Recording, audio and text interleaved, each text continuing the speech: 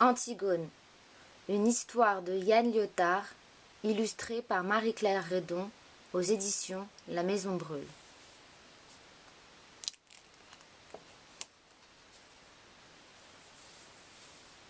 Il était une fois, dans un pays lointain, une jeune fille. Elle s'appelait Antigone. C'était une fille qui ne se laissait pas faire.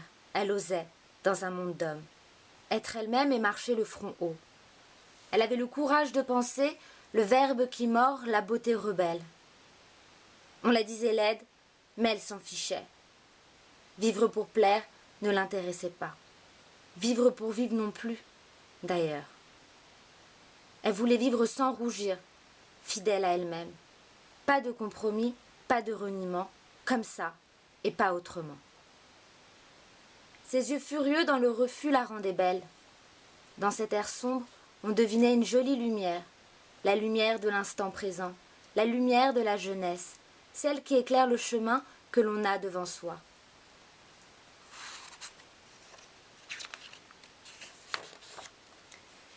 C'était une jeune fille comme les autres, sauf qu'elle était princesse. Une princesse compliquée, née dans une famille compliquée.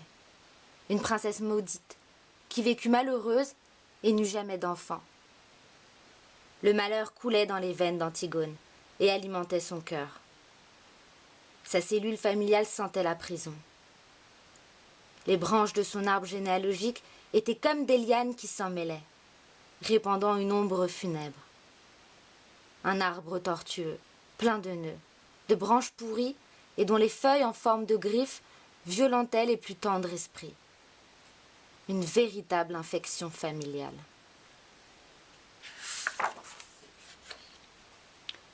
Ton nom même, Antigone. Laisse entendre ton nom. Antigone. Anti.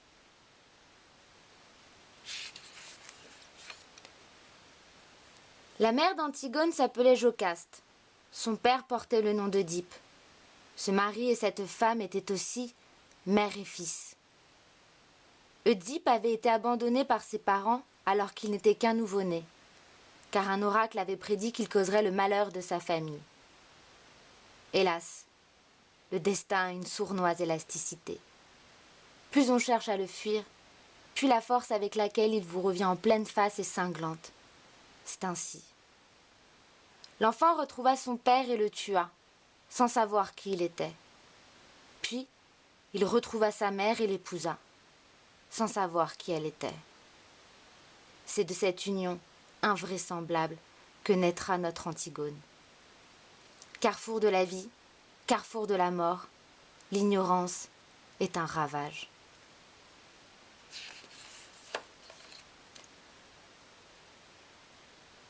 Antigone naquit à Thèbes, une ville compliquée pour une princesse compliquée. C'est dans cette ville qu'Œdipe, son père, connut la gloire et la honte. La gloire, quand il triompha du sphinx et de son énigme. La honte, quand il découvrit que la peste qui ravageait la ville avait été envoyée contre lui par les dieux en colère. Pauvre homme, artisan de sa propre gloire et de son propre malheur, que le destin guettait avec ses yeux de rat.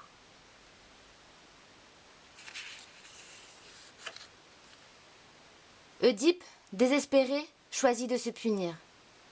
Il se creva les yeux et quitta Thèbes. Antigone ne put se résoudre à le laisser partir seul.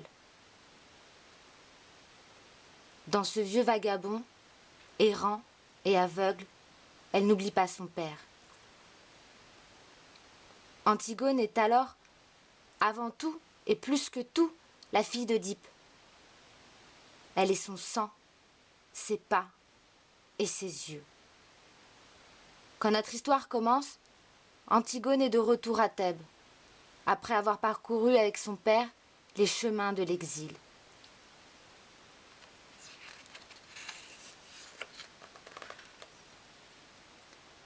Antigone, tu es de retour, ma sœur, mon amour, pauvre enfant, petite peste.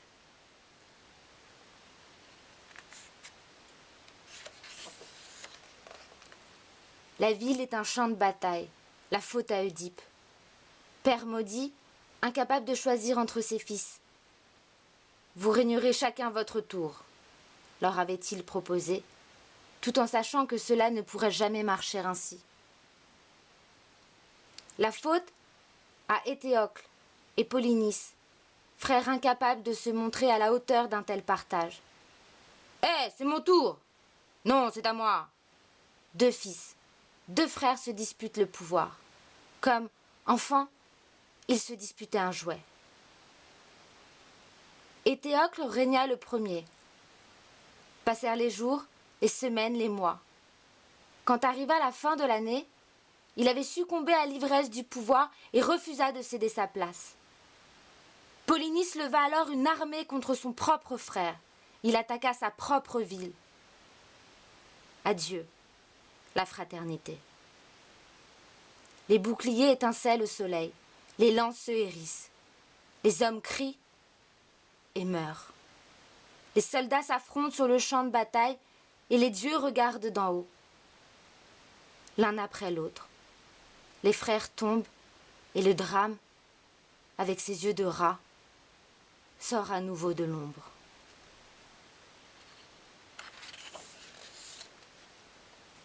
Créon, leur oncle, prend alors le pouvoir. Inflexible, il fait régner la loi, prêt à dégainer son arme contre quiconque ose s'opposer à lui. Que personne ne parle, que rien ne dépasse.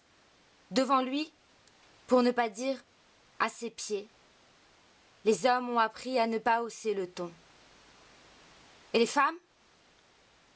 Elles ne disent rien non plus. De toute façon, personne ne les aurait écoutées. Créon remplace Éthéocle sur le trône et trouve pour Polynice un châtiment exemplaire. Privé de sépulture, il ne connaîtra jamais le repos éternel. Polynice est ainsi condamné à errer avec le vent, du chant du coq au hurlement du loup, les animaux favoris d'Apollon, le dieu du soleil.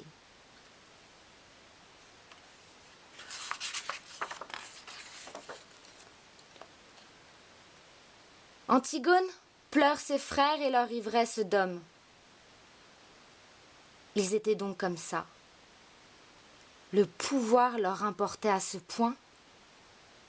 Antigone chérissait Polynice autant qu'Éthéocle, et elle vomissait leur guerre.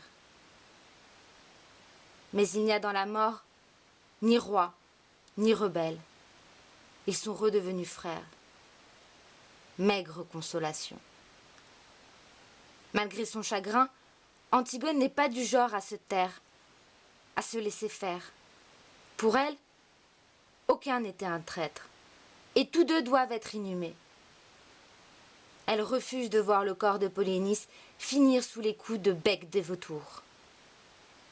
Les charognards ont un tel instinct. Manger. Eh bien qu'ils mangent, mais qu'ils aillent ronger leurs os ailleurs. Les proies ne manquent pas, les campagnes et les forêts regorgent d'animaux. Puisque les hommes tuent les hommes, que les bêtes mangent les bêtes. Du chant du coq au hurlement du loup, Antigone s'accroche à la lumière. Une pure lumière. Elle désobéira. Elle désobéira en sœur. Une sœur qui écoute son cœur, et seulement son cœur. Une sœur qui ose et qui agit. Une sœur qui accomplira le culte funèbre.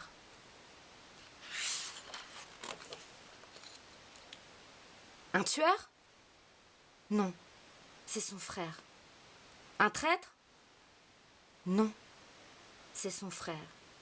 Un voyou? Un mauvais fils? Un qui mérite sa sale mort? Non, c'est son frère. Antigone n'avait pas choisi son camp. Comment choisir entre ses frères, entre ces hommes aveuglés par le pouvoir et le sang? Le pouvoir? En tant que femme, elle n'y a pas le droit. Le sang? Elle connaît les liens qu'ils tissent. Antigone, celle qui dit non.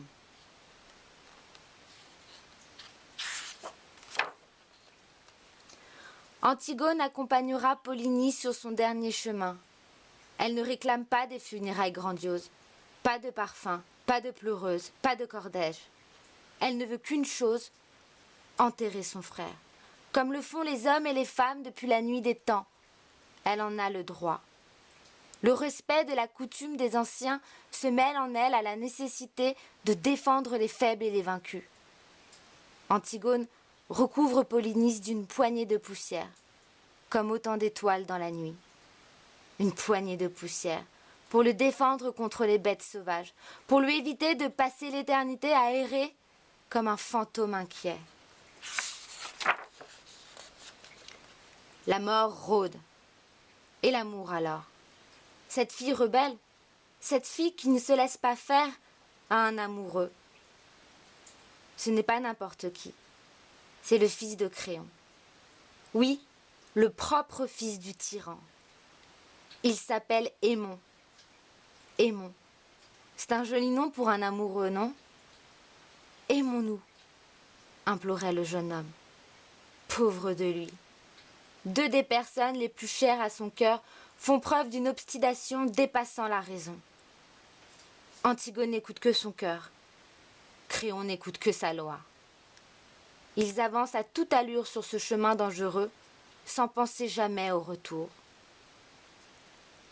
Ligne sinueuse ou ligne droite, le destin parvient toujours à dérouler son fil comme il l'a prévu.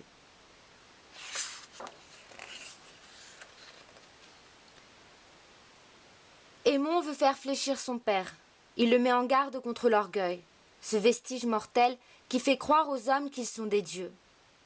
Il lui dit que le peuple approuve le courage d'Antigone. Mais il parle en vain. Créon se moque de lui. À quoi bon user tant de salive pour défendre cette fille?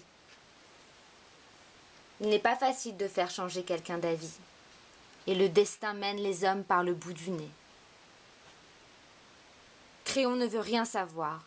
Antigone est allée trop loin pour qu'il puisse lui pardonner. Trop loin pour une femme.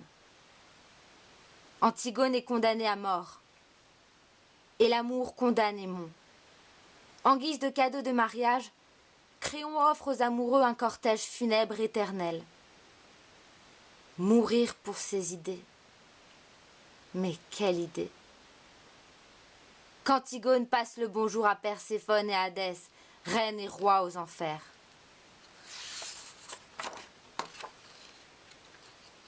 L'amour est impuissant. La peine d'Antigone sera la mort. La peine d'Aimon est infinie. Il y a du sang dans leurs sanglots.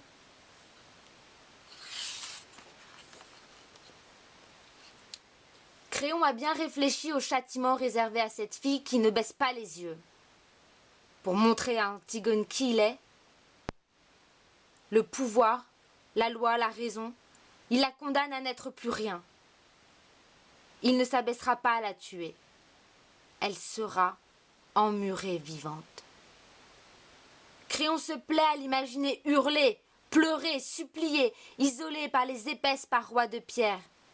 Il ne veut pas que son nom, son cri rebelle, traverse de lèvre en lèvre la cité. Si les murs ont des oreilles, qu'elle s'épuise à leur dire non, jusqu'à en avoir les lèvres sèches, jusqu'à devenir folle, jusqu'à leur en vouloir de ne jamais rien comprendre. Antigone était née pour partager l'amour et non la haine, pour défendre les faibles contre les puissants, pour lutter contre l'injustice. Et la voilà condamnée, enfermée, presque morte. Les murs sont sombres, la pierre est froide, Antigone a du mal à respirer. Mais elle ne s'effondre pas. La princesse maudite est toujours là, toujours debout. Elle a vécu comme elle l'a voulu. Elle s'est battue comme elle l'a voulu. Elle a aimé comme elle l'a voulu. Elle ne regrette rien. Elle ne regrette rien, mais elle s'interroge. Que restera-t-il de ce combat?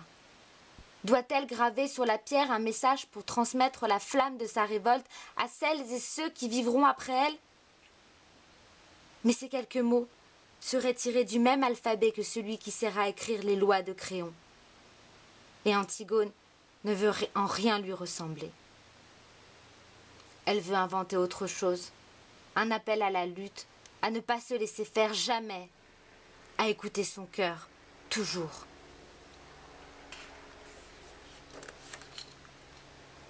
Du fond de sa prison, Antigone n'entendait pas. C'est Aimon qui approche. Lorsqu'il découvre sa bien-aimée, il est hélas trop tard. Elle est la mariée d'une noce funèbre et son amoureux est en retard. Elle était à l'heure. Elle a quitté la terre des mortels, cette terre injuste où règne la loi des puissants. Aimon pleure. Pour rejoindre Antigone, un coup d'épée suffira. Au roi Hadès et à sa femme Perséphone, ils offriront l'image d'un couple uni dans une tunique ensanglantée. Voilà. Antigone et Aimon sont morts. Les saules ne sont pas les seuls à pleurer. La vie est une forêt de larmes.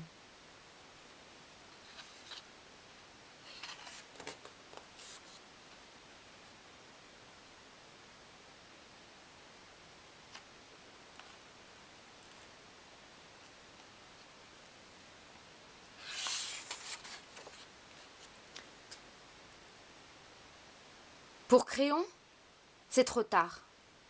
Trop tard pour ranimer Antigone, trop tard pour les remords. Oui, le terrible Créon a finalement compris sa tragique erreur. Lui qui vient de livrer le défunt au soleil et la vivante aux ténèbres. Antigone est morte.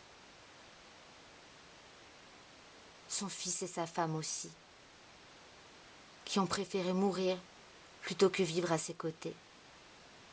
Aucune pitié n'entoure à présent celui qui n'a pas plié quand tous le suppliaient. Il ne vaut guère plus qu'un cadavre parmi les cadavres. Antigone, c'est pourquoi elle est morte. Créon, lui, ne sait plus pourquoi il vit.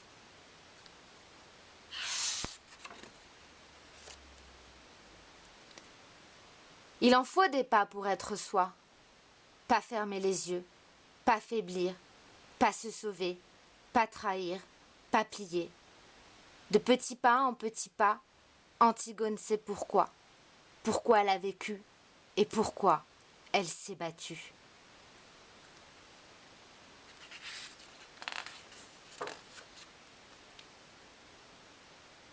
Tombée à la merci de Créon, Antigone mérite un merci.